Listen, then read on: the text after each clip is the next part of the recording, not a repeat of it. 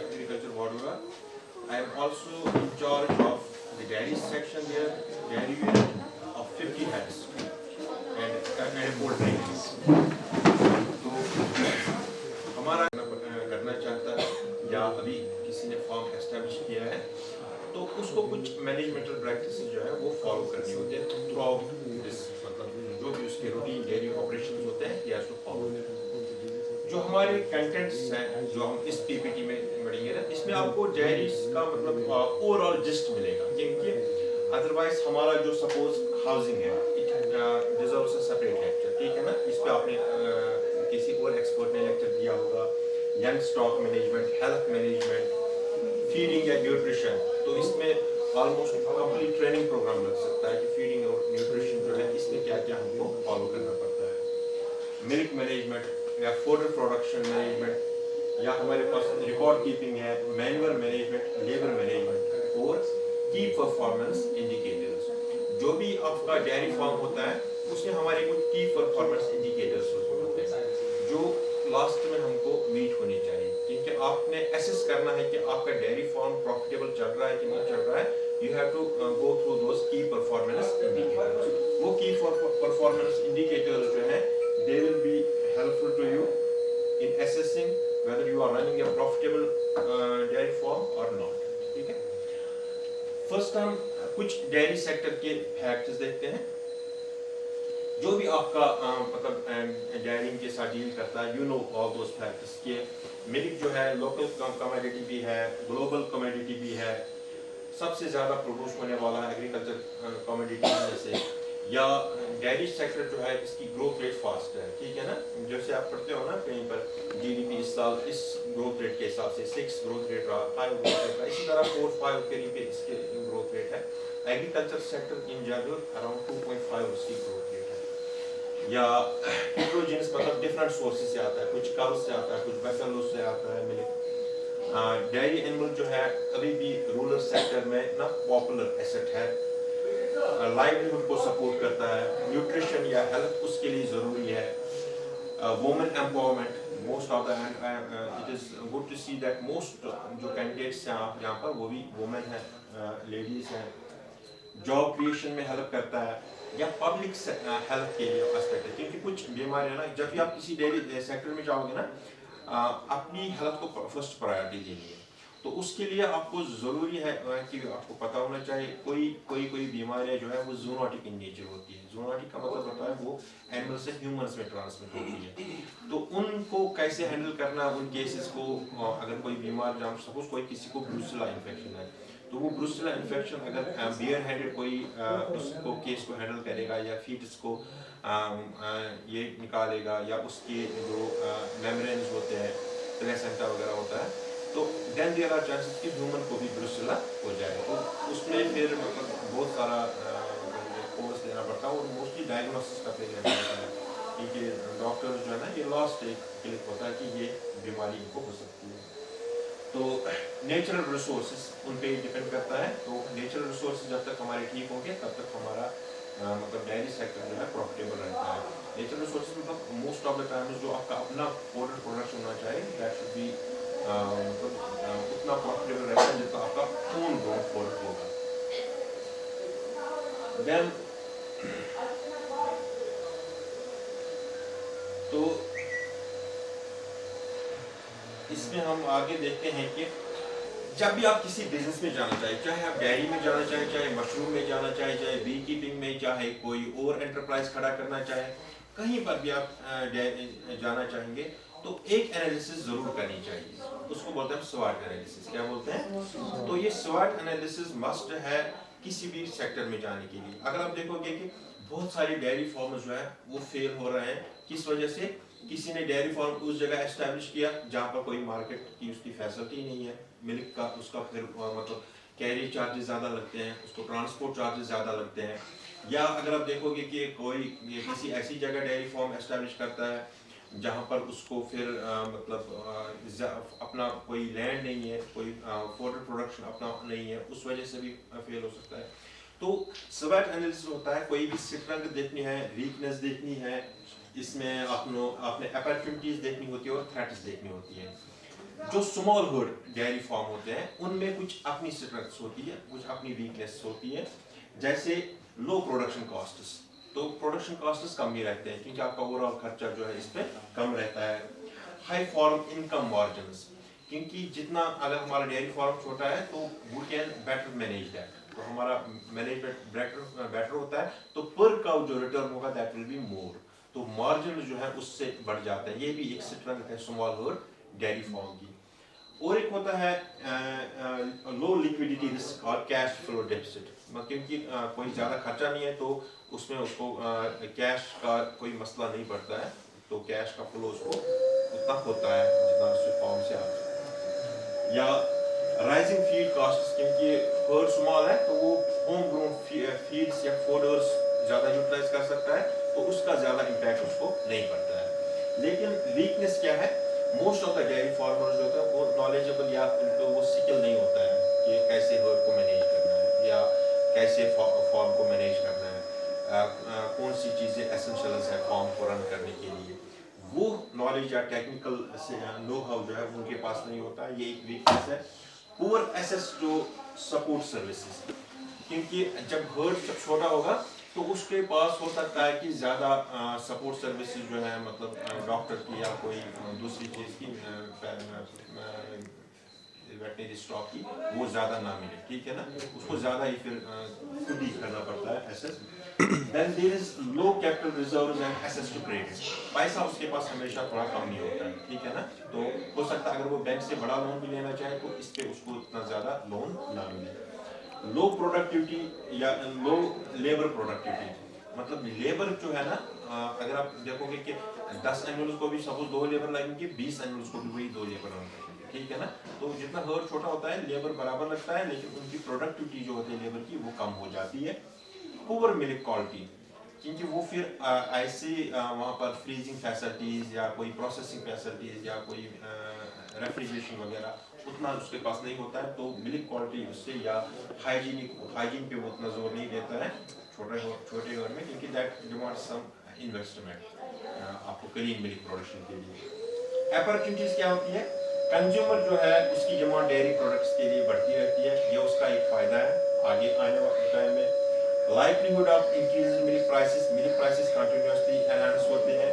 Potential to in milk yield, क्योंकि हमारी कोई भी एनिमल्स ना फुल पोटेंशियल पे अभी मिल्क नहीं देते हैं।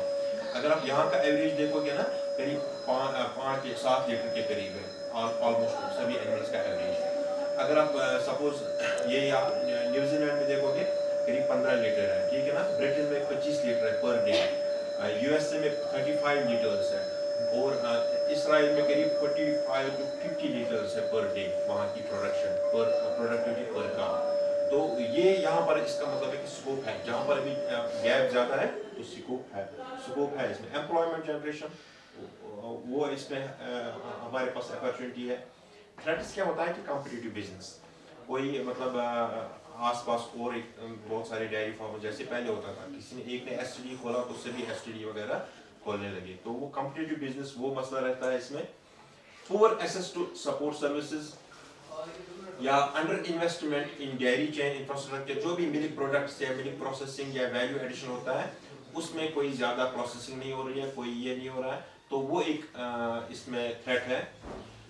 Unsuitable dairy development plan is follow up, कहीं हम डेयरी फार्म एस्टेब्लिश करते हैं फिर हमको एग्जैक्टली कैसे फॉलो अप करना है या गवर्नमेंट का कितना सपोर्ट या डिपार्टमेंट का कितना सपोर्ट रहता है उसके फॉलो अप में, वो एक मसला रहता है इसमें। Then consumer demand for safe foods, क्योंकि मिल्क क्वालिटी हमारे स्मॉल डेयरी में उतनी अच्छी नहीं होती है जितनी होनी चाहिए, तो वो एक थ्रेट है। देन इंक्रीज लोकल वेजेस, जो हम एम्प्लॉय या लेबर एंगेज करते हैं डेयरी फार्म के साथ, उनकी वेजेस जो है कंटिन्यूसली बढ़ रहे हैं, तो वो यहाँ से हमको कूप अप होना चाहिए। मिल्क प्राइस वगैरह जब तक एनालिसिस उस हिसाब से ना होगा तब तक ये हम इसको बराबर ये नहीं कर सकते हैं, प्रॉफिटेबल नहीं बना सकते। अब बेसिकली जो हमने पहली स्लाइड देखी थी यहाँ पर dairy sector facts, SWOT analysis. तीसरा होता है परचेज ऑफ जजमेंट। जब भी आप कोई डेयरी फार्म एस्टैब्लिश करना चाहते हो तो सबसे इंपॉर्टेंट है आपका कि आप इसमें एनुअल परचेज को कैसे दें, ठीक है ना। कहीं से आपने एनिमल को परचेज करना है, कुछ फीचर्स आपने देखने हैं। अल्दो ये थोड़ा सा वास्ट है, लेकिन मैं एक दो स्लाइड्स में इसको थोड़ा सा सम अप करूंगा कि मैं फीचर्स आपने क्या देखने हैं, एक काउ में क्या होनी चाहिए। इसमें आपको किसी भी एनिमल को सिलेक्ट करना है, वो आपको एक तो उसकी फिजिकल अपीयरेंस पे सिलेक्ट करेंगे, उसके हेल्थ पे सिलेक्ट करेंगे, उस पे मिल्क प्रोडक्शन रिकॉर्ड्स पे सिलेक्ट करेंगे कि उसका क्या वहाँ पर जिस फॉर्म से आप ला रहे हो कि वहाँ पर क्या मिल्क प्रोडक्शन रिकॉर्ड्स थे, या उसकी पेडिग्री, उसके पेरेंट्स या डैम वगैरह उनका क्या रिकॉर्ड था, इस बेसिस पे आप सिलेक्ट करते हो। जब भी कोई एनिमल आप सिलेक्ट करोगे तो 5 चीजें आपने देखनी है। जैसे हम कोई सब्जेक्ट 5 सब्जेक्ट्स होते हैं हमारे, तो हर किसी के अपने नंबर होते हैं, ठीक है ना। तो इसी तरह हम इसमें भी जो भी हमारा एनिमल सिलेक्शन होना है, 5 चीजें हमने देखनी है जिनको हमने उसी बेसिस पे सिलेक्ट करना एनिमल को। सबसे इंपॉर्टेंट जो है वो है मेमोरी सिस्टम, यानी उसका अडर जो है उसको हमने सबसे ज्यादा प्रायोरिटी देनी है, क्योंकि पूरा किसी भी डेयरी एनिमल का वैल्यू जो होता है that is dependent on this udder. जितना अडर हेल्थ प्रोडक्टिविटी वगैरह उसका ठीक होगा, वो या उससे कोई डिफॉर्मिटी तो नहीं है, कोई और मेस्टाइट्स वगैरह तो नहीं है, कुछ और तो मसला तो नहीं है, या उसका शेप साइज वगैरह वो सब कैसा है, तो वो उस 40% मतलब आप कामयाब हो जाओगे अगर आप सिर्फ अडर को एसेस करोगे जब भी आप एनिमल परचेज करोगे। दूसरी चीज है डायरी कैरेक्टर, उससे कुछ डायरी फीचर्स होते हैं, एनिमल का लुक या उसकी बोनी स्ट्रक्चर्स कैसे हैं, उसका मतलब ओवरऑल फेमिनाइन लुक है, लॉन्ग नेक है, बाकी चीजें वो जो है उसमें 20 नंबर उसको देखते हैं। अगर आपने ये दो किए तो 60% आप एनिमल परचेज में कामयाब हो जाओगे। तीसरा होता है फ्रेम, उसका बोनी स्ट्रक्चर, उसकी हाइट, उसकी लेंथ कितनी है, मतलब ये ब्रीड स्पेसिफिक है। तो ब्रीड स्पेसिफिक मतलब जर्सी में अगर आप देखोगे तो आप जर्सी के स्टैंडर्ड से उसको कंपेयर करोगे। अगर आप फॉरेस्ट्री में देखोगे उनका अलग है, जैसे जर्सी का अराउंड 350-400 kg तक बॉडी वेट होता है, हॉल्स्टीन का अराउंड 550 से 650 तक एवरेज यहाँ पर बॉडी वेट होता है। तो उनकी हाइट आप हॉल्स्टीन की जर्सी से कंपेयर नहीं करोगे, आप जर्सी का विद जर्सी कंपेयर करोगे और हॉल्स्टीन का विद हॉल्स्टीन कंपेयर करोगे। और एक होता है फीट एंड डेंस, उसकी टांगे कैसी है या फीट कैसे हैं, उसको भी आप 15 नंबर दोगे 100 में से। तो बॉडी कैपेसिटी उसकी कितनी है, उसको आप 10 नंबर दोगे 100 में से। ये 5 चीज आप एसेस करोगे तो आप एनुअल परचेज में कामयाब हो जाओगे। तो ये body parts in general animal के कौन कौन से होते हैं, क्या क्या होते हैं। तो नॉर्मली जब हम इसको देखते हैं तो इन्हीं बॉडी फीचर्स को हम देखते हैं। जैसे इस एनिमल का लुक फेमिनाइन लुक है, डेयरी काउ। दूसरी होती है थोड़ी रेक्टेंगुलर टाइप, वो बीफ टाइप। जैसे यहाँ पर डेयरी फॉर्म्स होते हैं ना, तो बाहर की कंट्रीज में होते हैं 2 तरह के फॉर्म्स, डेयरी फॉर्म्स और बीफ फॉर्म्स। तो बीफ फॉर्म्स का एनिमल का वो ज्यादातर अपना जो न्यूट्रिएंट्स है वो डाइवर्ट करते हैं टुवर्ड्स मीट, ठीक है ना। ये जो ज्यादातर न्यूट्रिएंट्स डाइवर्ट करते हैं टुवर्ड्स मिल्क, तो इसलिए इनमें आप वो बोनी एजी पॉट्स वगैरह देखते हो, क्योंकि ये मीट की तरफ, फैट डिपोर्शन की तरफ ज्यादा न्यूट्रिएंट्स डाइवर्ट नहीं करते हैं। अगर कोई एनिमल करता है, ज्यादा चर्बी उस पर चढ़ती है वगैरह, तो उसको वो डेयरी कैरेक्टर अच्छा नहीं है, ठीक है ना। वो चीज आपने देखनी है।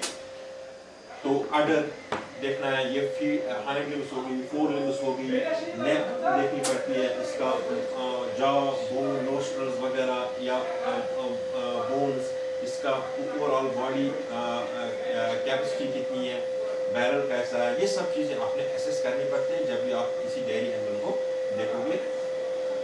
जैसे हम मेमोरी सिस्टम, जिसमें हम 40% नंबर देते हैं, तो मेमोरी सिस्टम जब आप एसेस करोगे, सबसे पहले ये अडर होना चाहिए कैपेसियस से बड़ा होना चाहिए, ठीक है ना।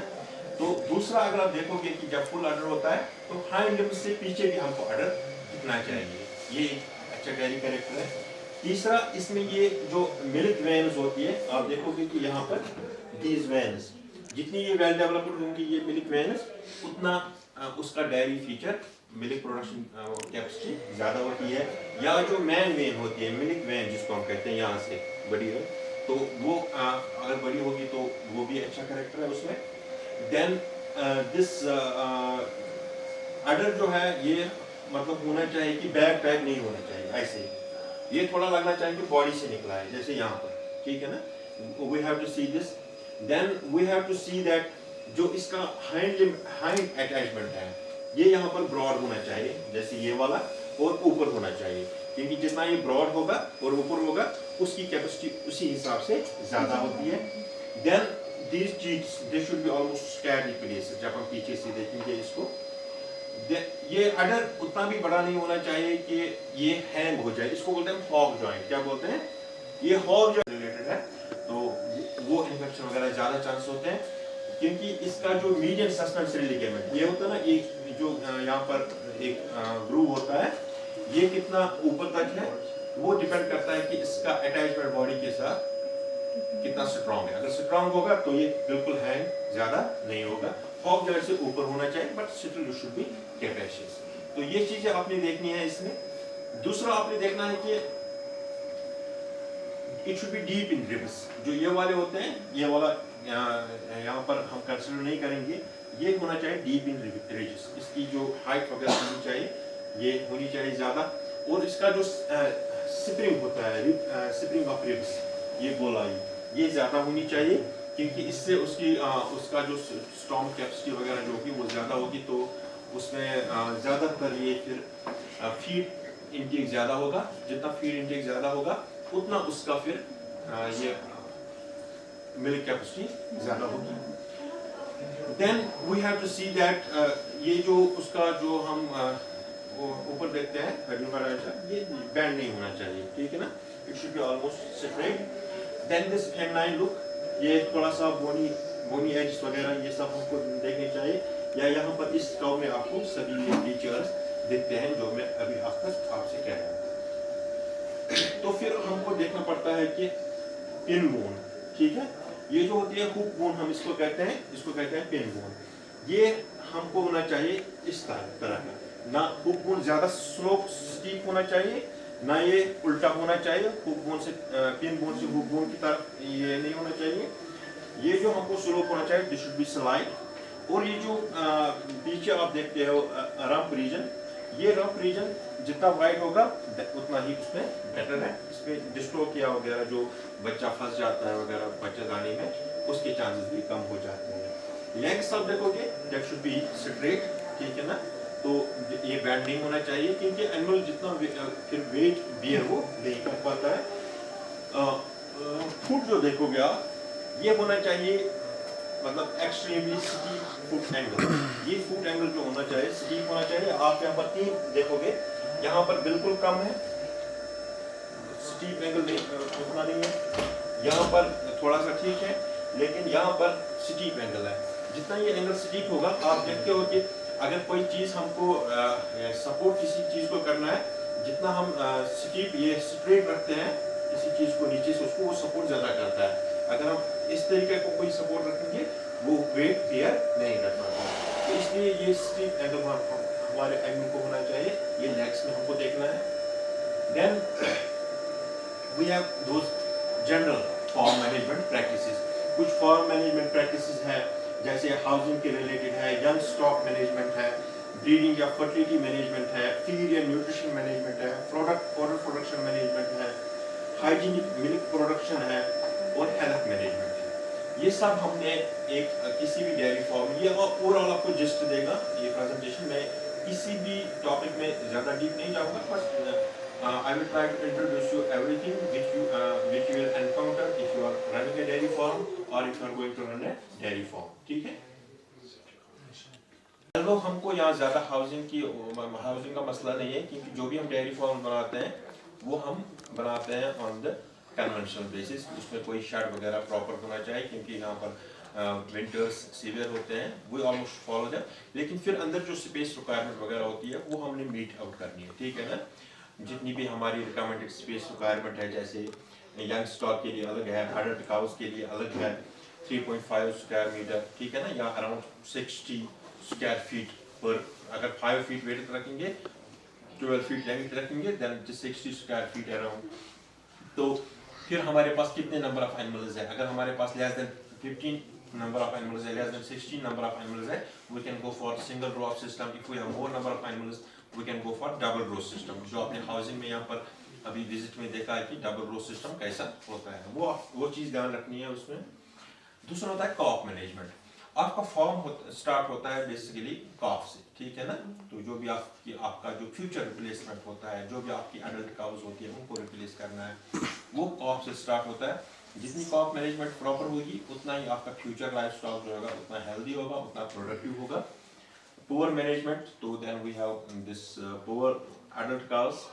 जब भी कोई न्यू बॉर्न की बर्थ होती है तो कुछ मैनेजमेंटल प्रैक्टिस हमने पहले फॉलो करनी होती है, जैसे जिसको हम इग्नोर करते हैं। जैसे फर्स्ट मिल्क जो आता है जिसको हम कोलेस्ट्रम कहते हैं, तो ये कोलेस्ट्रम जो है this should be fed immediately to the cough. Normally within 15 minutes cough जो है खड़ा हो जाता है खुद से, अगर नहीं होगा तो we have to assist that, ठीक है ना। तो ये कोलेस्ट्रम इसमें इम्यूनिटी देता है, इसमें कोई न्यूट्रिएंट्स देता है, इसमें कुछ ग्रोथ फैक्टर्स होते हैं, इसमें कुछ हार्मोन्स होते हैं जो इस कॉफ को इमीडिएटली चाहिए होते हैं, ठीक है ना। इसके न्यूट्रिएंट्स क्योंकि डिप्लीट हुए होते हैं, तो और इस कोलेस्ट्रॉल की एब्जॉर्ब ये फिर जीआईटी ट्रैक से ना 12 आवर्स तक, तो पहले 2-3 घंटे ठीक ठाक एब्जॉर्प्शन होती है, फिर 12 आवर्स तक इसकी एब्जॉर्प्शन रहती है, उसके बाद स्टीपली डिक्रीज हो जाती है, और 24 आवर्स के बाद इस इम्यूनोग्लोबुलिन जो इसमें होते हैं इम्यूनिटी के लिए, उनकी एब्जॉर्प्शन नहीं होती है।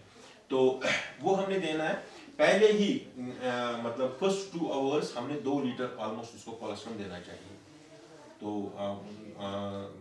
हमको अंदाज़ा होता है कि इसमें कितना कोलेस्ट्रॉल निकल रहा है, तो उतना हमको एटलीस्ट देना चाहिए।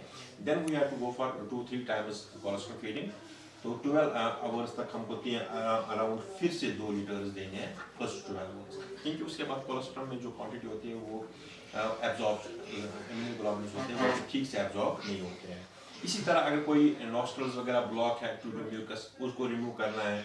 अगर मदर इसको ये लीक करना है, ड्राई करना है, कोल्डनेस नहीं होनी चाहिए, वहाँ पर ठंड नहीं होनी चाहिए। नेवल कॉर्ड हम या तो कट कर सकते हैं, फिर हमको टिंचर आयोडीन वगैरह लगाते हैं उसको, और वी कैन लेट डिसेंस। जो आप देखोगे सबसे ज़्यादा प्रॉब्लम होती है निमोनिया की या डायरिया की, ठीक है ना। ये 2 चीज़ें स्पेशली अगर विंटर बॉर्न कॉज हमको होंगे तो निमोनिया का ज़्यादा मसला रहता है और डायरिया का ज़्यादा मसला रहता है। कभी न्यूमोनिया कॉर्ड इन्फेक्शन या हाइपोथर्मिया का, वैसे अगर हम क्योंकि मैनेजमेंट प्रैक्टिस हमारी ठीक ही रहते हैं, उसको ज़्यादा ठंड सीवियर हम नहीं होने देते हैं, तो इसका कम ही मसला रहता है ज़्यादातर यहाँ पर। लेकिन डायरिया और निमोनिया ये सबसे ज़्यादा कॉमन प्रॉब्लम है, we should immediately consult the vet for addressing. तो इसके बाद हीपर मैनेजमेंट, ठीक है ना। हीफर जो होती है, जो आफ्टर 6 मंथ्स के बाद या 1 ईयर के बाद हम इसको हीफर कहते हैं। तो इसमें फास्ट ग्रोथ ये मतलब होनी चाहिए, सेल वैल्यू इसका फिर अच्छा आएगा, गुड मिल्क प्रोडक्शन होगा, टाइमली ब्रीड होगी, मतलब कंसीव होगी, वो चीज़ें इसमें एडवांटेज रहती हैं। तो इसमें कुछ हम ग्रोथ मेजरमेंट्स देते हैं, जैसे वेट गेन कितना हुआ, हाइट कितनी हुई। तो ये यहाँ पर दिया है, जैसे जर्सी का बर्थ वेट जो होता है अराउंड 25 केजीज का होता है, हॉलस्टीन में अराउंड 43 केजीज का होता है। तो अडल्ट वेट सपोज इसका 352 केजीज, यहाँ पर 500 या इवन 600 केजीज का होता है। तो हीपर में कुछ टारगेट्स होते हैं कि इस एज पे इस पर कितना एडल्ट वेट के मुकाबले में कितना परसेंट वेट होना चाहिए। जैसे 6 मंथ्स पे around 30% of the adult weight होना चाहिए, 60% एट 15 मंथ्स, 90% एट कॉल, वो इसमें वेट वगैरह होनी चाहिए। फीडिंग और न्यूट्रिशन, जो भी हम फीड या न्यूट्रिशन देते हैं, तो ये प्रैक्टिस रहती है हमारी, या तो मेंटेनेंस के लिए देंगे या प्रोडक्शन पर्पस के लिए देंगे या प्रेगनेंसी वगैरह के लिए देंगे। तो वो चीज़ आपके ऑलरेडी दूसरे लेक्चर्स में कवर हुई है। एक कर्व फॉलो होता है जब भी हमारे पास कोई बर्थ होती है, तो जब ये मिल्किंग में आता है एनिमल, तो पहले इसका जो मिल्क यील्ड होता है फर्स्ट 2 महीने तक ये कंटिन्यूसली इंक्रीज रहता है और पीक भी आ जाता है 2 महीने में, तो फिर ये फॉल होता है। लेकिन यहाँ से ड्राई मैटर इंटेक जो होता है पहले कम होता है, तो फिर ये ड्राई मैटर इंटेक जो है विद टाइम बढ़ जाता है। ये कोइंसाइड नहीं होता है इसके साथ, milk production dry matter intake आपस में कोइंसाइड नहीं होते हैं। इस वजह से क्या होता है कि फर्स्ट ये अपने जो बॉडी फैट वगैरह होगा उसको लूज करता है। काउ इमीडिएटली फर्स्ट 2 मंथ्स में ना अपना बॉडी वेट लूज करती है, फिर कांस्टेंट रहता है बॉडी वेट, फिर लास्ट में फिर से गेन करती है। वो जो लास्ट में इसने गेन किया वो नेक्स्ट प्रेग्नेंट पार्चुलेशन के बाद फिर से वो लूज करेगी। तो ये एक स्टेज रहता है। हेल्थ मैनेजमेंट में 2 चीज़ों को अपने सबसे ज़्यादा ध्यान रखना है, जो प्रिकॉशनरी प्रोफाइलेटिक मेजर्स हैं। एक डिवर्मिंग करनी है टाइमली, यानी जो भी आपको कीड़े मारने की दवाई होती है वो देनी है। दूसरा वैक्सीन करना है। तो वैक्सीनेशन हम नॉर्मली यहाँ पर FMD के खिलाफ ज़्यादा करते हैं, कहीं पर एंडेमिक रीजन में HS या ब्लैक वाटर और हीफर्स जो होंगे हमारी उसमें ब्रूसेला वैक्सीनेशन भी करनी है, या कहीं पर एंथ्रैक्स पॉक्स होंगे वहाँ पर एंथ्रैक्स की वैक्सीनेशन भी करनी है। काउज में हम नॉर्मली मंथली बेस पे करते हैं अप टू 6 मंथ्स, फिर हम अडल्ट्स में ना 3 to 4 मंथ्स के बाद वैक्सीन करते हैं। इवन अगर हमारे पास कोई प्रेग्नेंट एनिमल भी होते हैं तो उनको भी हम फिर प्रेगनेंसी से डेवलपर्स देते हैं, ठीक है ना, जैसे फेनबेंडाजोल वगैरह वो सब कुछ देते हैं। ब्रीडिंग मैनेजमेंट में आपको क्या, अब हर जगह हर कहीं पर वो फैसिलिटी है वहाँ पर, तो उसमें अराउंड कंसप्शन रेट जो होता है, प्रेग्नेंट होने के चांसेस जो होते हैं अराउंड 30-35% होते हैं या 40% तक होते हैं। तो अगर हमारे पास वो फैसिलिटी अवेलेबल नहीं है या हमारे पास कोई अच्छा सा ब्रीडिंग बुल है, then we can also go for this natural mating. But इसमें हमने देखना है कि टाइमली उसको इवेलुएट करना है, कहीं ब्रूसेला इन्फेक्शन तो नहीं है बुल में, ठीक है ना। अगर ब्रूसेला इन्फेक्शन बुल में होगा तो वो फिर सब पूरे हर्ड में फैल जाएगा, या कोई और बीमारियां होती हैं वो आपको कंसल्ट करनी है, उनके लिए उसको पहले एक्सक्लूड करना है कि वो इन्फेक्शन ना हो। अगर वो इन्फेक्शन नहीं होंगी तो फिर हम यूज कर सकते हैं बुल। प्यूबर्टी जो है स्टार्ट कब होती है, एक्चुअली इसमें ज़्यादा एज से ज़्यादा इसका बॉडी वेट इफेक्ट करता है। जब भी अडल्ट वेट का, जैसे 350 अडल्ट वेट है जर्सी का, उसका 50 to 55% उसका वेट आ जाएगा तो वो प्यूबर्टी में, वो साइकिल ईस्ट्रस साइकिल जो स्टार्ट होगा, तो फिर वो ब्रीडिंग एज जो है इसमें अराउंड 15 to 16 मंथ्स हमारे पास नॉर्मली होना चाहिए। अगर हमारे पास पहले भी आता है 10-12 महीने पर भी एनिमल इसमें हीट में, वो शुड अवॉइड दैट, क्योंकि उस वक्त हो सकता है कि बॉडी वेट कम हो, तो उसको हम उस टाइम अवॉइड करते हैं ब्रीड करना। 15 या 16 मंथ्स पे हमको स्टार्ट करना चाहिए to breed this animal, so that ये कार्विंग जो होगी इसकी अराउंड 24-25 मंथ्स पे होगी। अंडरवेट अगर होगा, कोई अंडर डेवलप्ड हीफर होगी, then we have to breed that later, उनको थोड़ा सा डिले करना पड़ेगा। तो ब्रीडिंग से लेकर कार्विंग तक हमारा जो बॉडी वेट गेन का टारगेट होना चाहिए that should B 0.5 kg per day. तो ड्राई पीरियड जो हमने रखना चाहिए 40 to 60 डेज। जो हाई यील्डिंग होते हैं उनमें 40 डेज रखते हैं, तो जो लो यील्डिंग होती है या जो नॉर्मल अदर क्राउज होते हैं उनको फॉर 60 डेज। तो even before this calving we should increase this concentrate by around 1 to 1.5 kg per day, ठीक है ना। तो वो हमको कंसंट्रेट इतना एक्स्ट्रा देना चाहिए ताकि जो कार्विंग होगी उस टाइम उसको, क्योंकि उस टाइम उसका स्टॉमक जो होता है ह्यूमन वगैरह रेटिकुलम वगैरह वो थोड़ा सा लेस वॉल्यूम्स होता है, क्योंकि फीटस का प्रेशर वहाँ से होता है। इसलिए हमको न्यूट्रिएंट डेंस न्यूट्रिएंट्स देने होते हैं, इसीलिए हम स्टीमिंग आप भी करते हैं। ऑप्टिमम कार्विंग एज जो है जो 24 से 25 मंथ्स फर्स्ट में, तो उसके बाद इंटर कार्विंग पीरियड जो है 1 साल होना चाहिए, हर साल ऑलमोस्ट ये विजिटर देनी चाहिए। सर्विस पीरियड यानी जो नेक्स्ट ब्रीडिंग हमने करनी है आफ्टर पार्चुरेशन आफ्टर कार्विंग, तो वो विद इन 90 डेज होना चाहिए, 60 to 90 डेज वो फिर से कंसीव करनी चाहिए, तभी जाके 1 साल का गैप रहेगा 2 बिस्टों में, ठीक है ना।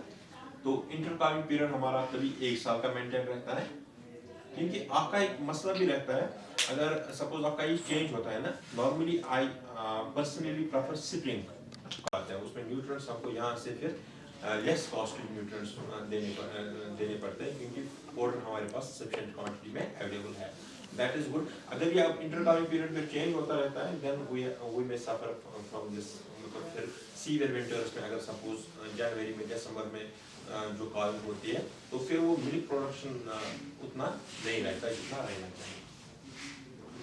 Then we have milking management, कई मिल्क प्रोडक्शन का हमने, क्योंकि आपने अगर अडल्ट का हेल्थ मेंटेन नहीं रखा तो आपका पूरा एनिमल वेस्ट जा सकता है, ठीक है ना।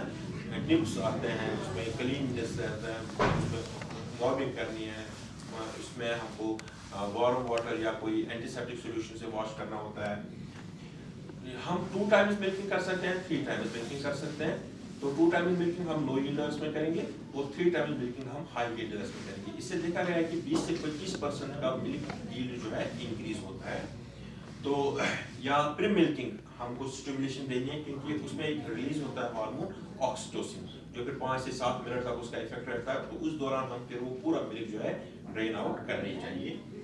तो टीथ हेल्थ जैसे पेस्टिसाइड्स वगैरह से बचाने के लिए उसके लिए सब प्रिकॉशन अपने पड़े हैं। तो इसके लिए और एक प्रिकॉशन ये है कि after milking we should offer some feed, ठीक है ना। उससे क्या होगा कि एनिमल 1 घंटा नीचे नहीं बैठेगा, जो उसका टीथ की जो ओपनिंग है वो तब तक खुद से बंद हो जाएगी, वहां से इन्फेक्शन वगैरह नहीं चला जाएगा। तो वी हैव सकते हैं। जो फिर मार्केटिंग का मसला है, या तो आप कंज्यूमर्स डायरेक्ट दे सकते हैं, या मिल्क वेंडर्स को दे सकते हैं, या मिल्क कोऑपरेटिव्स जो होते हैं वो मिल्क आपका परचेज कर सकते हैं सबसे। और अगर आपको थोड़ा और प्रॉफिट मार्जिन इसमें बढ़ाना है, then you can go for value addition, paneer, और you can go for ice cream, suppose you can go for some sweets etcetera. वो वैल्यू एडिशन जो होता है बेटर रहता है इसके लिए। बाकी आपका फॉर्डर प्रोडक्शन, आपका फॉर्म कभी भी आपका प्रॉफिटेबल नहीं हो सकता है जब तक आपका फॉर्डर से ज़्यादा मिल्क ना आए। तो फॉर्डर से जब आपका मिल्क आता है तो वो लेस उसमें खर्चा रहता है। तो फॉर्डर प्रोडक्शन आपका होम ग्रोन अगर फॉर्डर है दैट इज बेटर, या फॉर्डर परचेज करना है, but you have to meet the requirements of the annual dry matter requirements. Basically हम 40-60 या 60-40 तक जाते हैं। नॉर्मली 40% कंसंट्रेट देते हैं, 60% हम देते हैं रफेज। तो लेकिन अगर आपका हाई यील्डर है 20 लीटर 25 लीटर दे रहा है, तो आपकी फॉर्डर से वो रिक्वायरमेंट मीट नहीं होगी। अगर आप 60% फॉर्डर देंगे तो आपको फॉर्डर रिड्यूस करना है तो आपका 40%। तो जो आपका ड्राई मैटर इंटेक सपोज अगर सपोज 10 kg है, तो आपको 4 kg ही फॉर्डर देना है, 6 kg से कंसंट्रेट देना पड़ेगा। तो वो फॉर्डर रिक्वायरमेंट जो है आपने, अगर आपका होम ग्रोन होगा दैट इज ऑलवेज बेटर। तो इसमें आपने देखे होंगे कि ड्राई फॉर्डर हो सकता है, ग्रीन फॉर्डर हो सकता है, लेग्यूम हो सकता है, नॉन लेग्यूम हो सकता है, या even you can go for urea treat etcetera. You can go purchase densified fodder जो बाहर से पैक्स आते हैं डेंसिफाइड फॉर्डर के, या हाइड्रोपोनिक फॉर्डर ग्रो कर सकते हैं। सरप्लस फॉर्डर जो है हमारे पास, उसको हम प्रिजर्व कर सकते हैं in the form of silage. जैसे आपने बाहर यूनिट में देखा कि साइलेज के लिए हम प्रिजर्व कर सकते हैं, क्योंकि आप अपना साइलेज अगर बनाएं 8 रुपीज पर केजी, ठीक है ना, तो ये आपका फर्क रहता है। या हे मेकिंग, खासकर अगर आपके पास मीडियम है होगा तो दैट इज ऑलवेज बेटर। या अल्फा हमारे पास होता है, बर्सिन, लूसर्न वगैरह, ये क्लोवर्स होते हैं। मल्टीपल क्रॉपिंग, एनुअल क्रॉप्स हमको लगाने चाहिए, पेरिनियल क्रॉप्स लगाने चाहिए। रोटेट, अगर हमारे पास ग्रेजिंग लैंड है we should go for the rotational grazing as well. तो कभी कभी कुछ पॉइजनस प्लांट्स भी होते हैं, तो या टॉक्सिटी हो सकती है, उनका हमने ख्याल रखना है। इवन नॉर्मल पॉइजनस भी ना होगा, तो जैसे आपका क्लोवर्स है, त्रिपदर घास है वाला चीज, तो उसमें आपके ब्लोट होने के ज़्यादा चांसेस होते हैं जब हम उनको फ्लावरिंग, प्री फ्लावरिंग उन पर ग्रेजिंग करवाते हैं। तो वो उन चीज़ों का आपने ध्यान रखना है।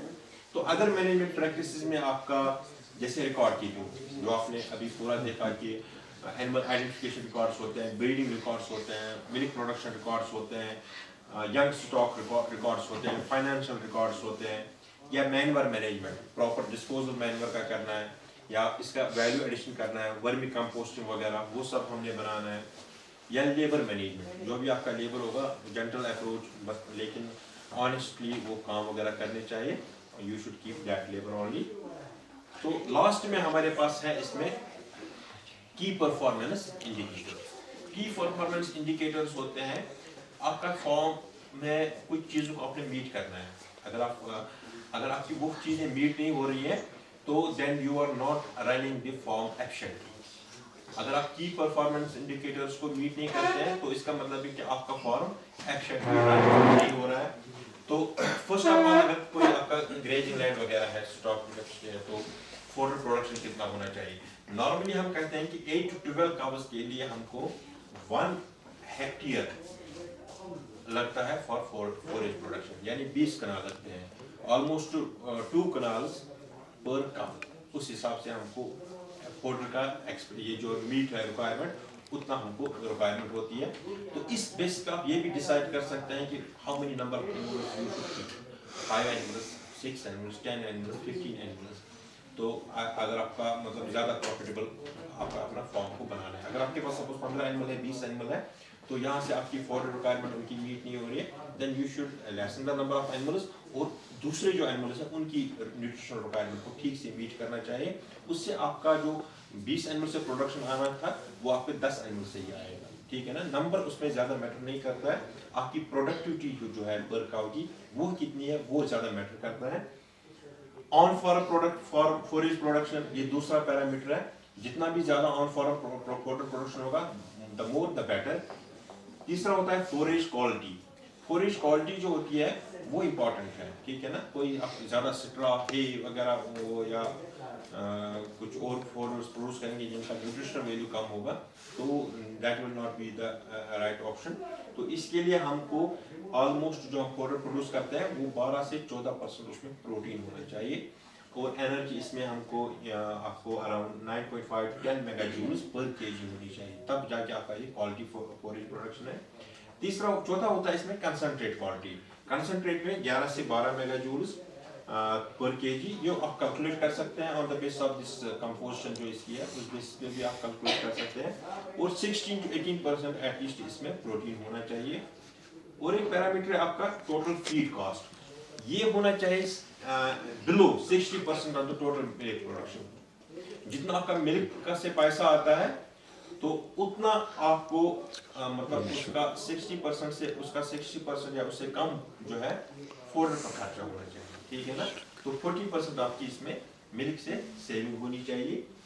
Milk income less feed cost, तो आपका फॉर्म कितना आ रहा है, आपको जो भी मिल्क से रेवेन्यू आ रहा है माइनस करेंगे आप जो आपका फीड और फोडर्स पे चला जा रहा है, तो वो आपको देखना है।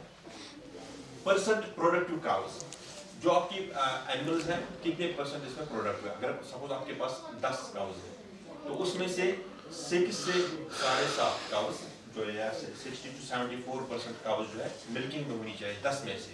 ये आपकी फॉर्म इसके लिए अच्छा है। 10 में से फिर 60 to 74% जो है मिल्किंग में होनी चाहिए। जो आपके टोटल नंबर ऑफ एनिमल्स है उसका ऑलमोस्ट 40 to 48% काउस होनी चाहिए। सपोज आपके पास 20 एनिमल्स है, अगर 2-4 हीफर्स है, 2-4 मेल काउस है, फीमेल काउस है, लेकिन ओवरऑल आपको एटलीस्ट 9 उसमें काउस होनी चाहिए जो आपको मिल्क प्रोड्यूस करें। पैटर्न ऑफ मिल्क प्रोडक्शन, आपका जो पर एनिमल जो होना चाहिए 15 से 20 केजी आपको मिल्क मिलना चाहिए पर डे, ठीक है ना, पर काउ। तो लो रेट ऑफ डिक्लाइन, मतलब अगर आपका पीक जा रहा है सपोज 20 लीटर, फिर जो डिक्लाइन होगा पर मंथ, क्योंकि पीक पहुंचेगा इसमें 2 मंथ्स में, फिर डिक्लाइन होगा वो नॉट मोर देन 8%, वो उससे ज़्यादा नहीं होना चाहिए, शुड बी लेस देन 8%। तो पूरा डिक्लाइन, ऐसा नहीं कि 20 लीटर देगी फिर नेक्स्ट मंथ हमको सिर्फ 10 लीटर देगी, वो 50% डिक्लाइन होगा। तो इसमें सिर्फ 8% डिक्लाइन होना चाहिए पर मंथ, जब तक ये फिर आप इसको ड्राई करेंगे। कीपर मैनेजमेंट में 4-6% मोर्टेलिटी, अगर 5 से 6, अगर हमको 10 में से सपोज एक एनिमल मरता है तो दैट इज ऑलमोस्ट या 20 में से एक एनिमल मरता है तो एक कॉक मरता है, दैट इज 5% मोर्टेलिटी। वो 5% मोर्टेलिटी एक्सेप्टेबल है। जो वेट वगैरह वो मैंने ऑलरेडी बताया कि ज़्यादा ब्रीड स्पेसिफिक है, तो कितना 30% वेट इस एज पे होना चाहिए, 60% ऑफ द अडल्ट वेट इस एज पे होना चाहिए, 80% ऑफ द अडल्ट वेट इस एज पे होना चाहिए। रिप्रोडक्टिव परफॉर्मेंस जो है, जो भी आपकी बर्थ्स होंगी, जो भी कॉविंग्स होंगी, उसके बाद 50 to 60% जो है pregnant animals should get pregnant with in 100 days, यानी पहले 100, तो 65 to 70%, ठीक है ना, काउस जो है that should be inseminated within 80 days of the calving down, और 50 to 60 day voluntary waiting period होना चाहिए प्रायर टू इंसिमिनेशन, यानी 2 महीने से पहले हमको फिर इनको इंसिमिनेट नहीं करना चाहिए। और 50% ऑलमोस्ट कंसप्शन, 40 to 50% कंसप्शन होनी चाहिए इन द फर्स्ट ईयर। जब पहला आर्टिफिशियल इंसेमिनेशन होना करेंगे आप तो 40 to 50% ऑलमोस्ट इतना एवरेज निकलता है यहाँ पर 35 अराउंड, जो यहाँ पर नेशनल एवरेज के लिए फर्स्ट कंसेप्ट होना चाहिए। अगर नहीं होना चाहिए होगा तो फिर then you have to look for the other options. That is all, thank you.